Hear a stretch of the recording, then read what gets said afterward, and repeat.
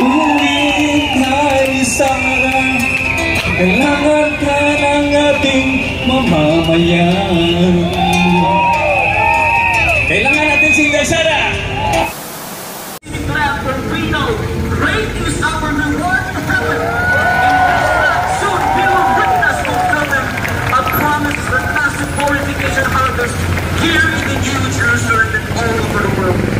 And as we worship you today from this holy place, we thank you for after the great shaking, we ask for your blessings upon the faithful who have remained. Be strengthened our freedom of choice. Through these trials and fires, we will come out as gold, more united with one vision, mission, purpose, single-eyed focus in the kingdom interest, unshakable, committed, obedient, loyal, dedicated. Our hearts fixed and mind made up to follow your will no matter what. If we die here, we die now. Brave, bold, fearless,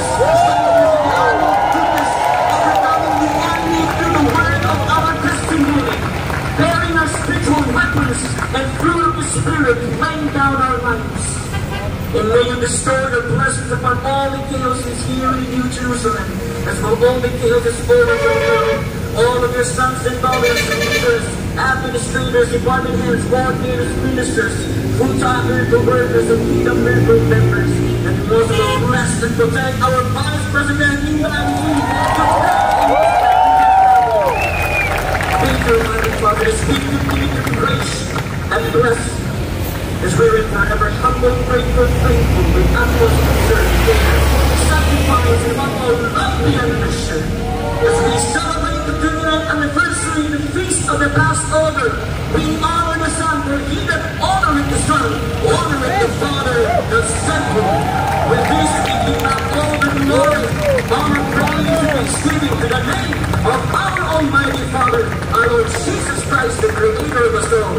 We are appointed Son, our beloved Pastor, Pastor Apollo City, beloved, we pray, and everybody say, Amen.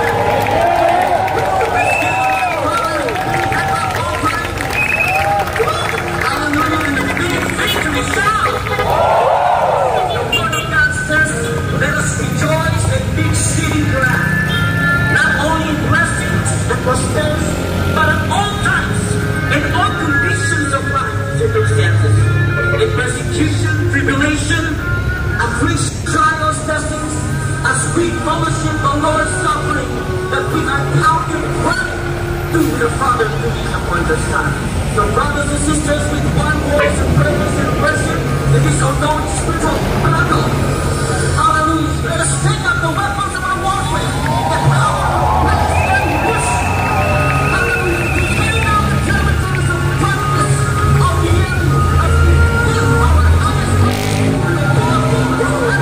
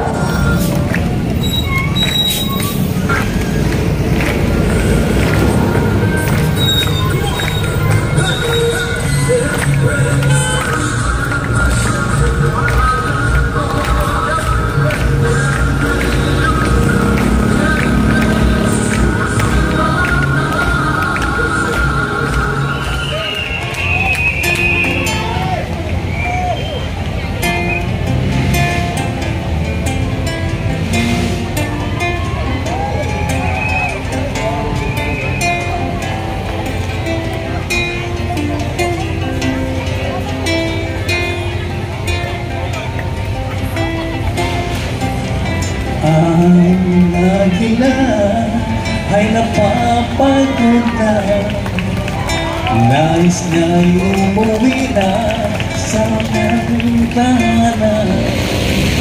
Marami na ito nagawa at subukan, ikaw ngayon ang kanyang tahan na lumipad.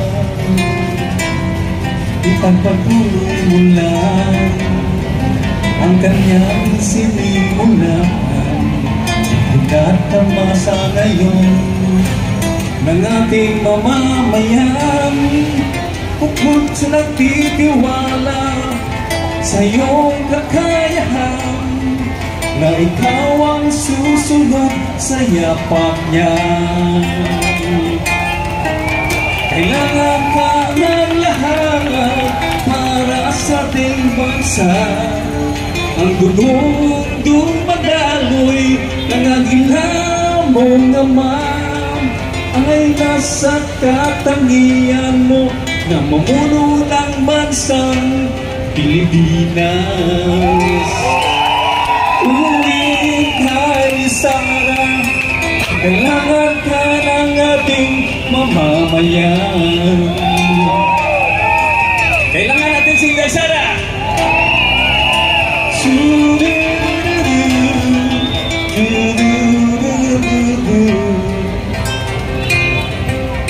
Darating ang panahon, tatapuin ang kanila. Ikaw ang kanyang pag-asa sa mga maiwan niya. Kapag at malasakit ang nakita niya sa'yo, ikaw ngayon ang garudong na mga pangarap niya. Ipagpatuloy mo lang ang kanyang sinimulan. Tinatamasa ngayon ng ating mamamayan. Lubos siya nagtitiwala sa iyong kakayahan, na ikaw ang susunod sa yapak niya. Kailangan ka ng lahat para sa ating bansa. Ang dugong dumadaloy ng aginamong naman ay nasa katangian mo na mamuno ng bansang Pilipinas. Inday Sara, kailangan ka ng ating mamamayan. Inday Sara, kailangan ka ng ating mamamayan.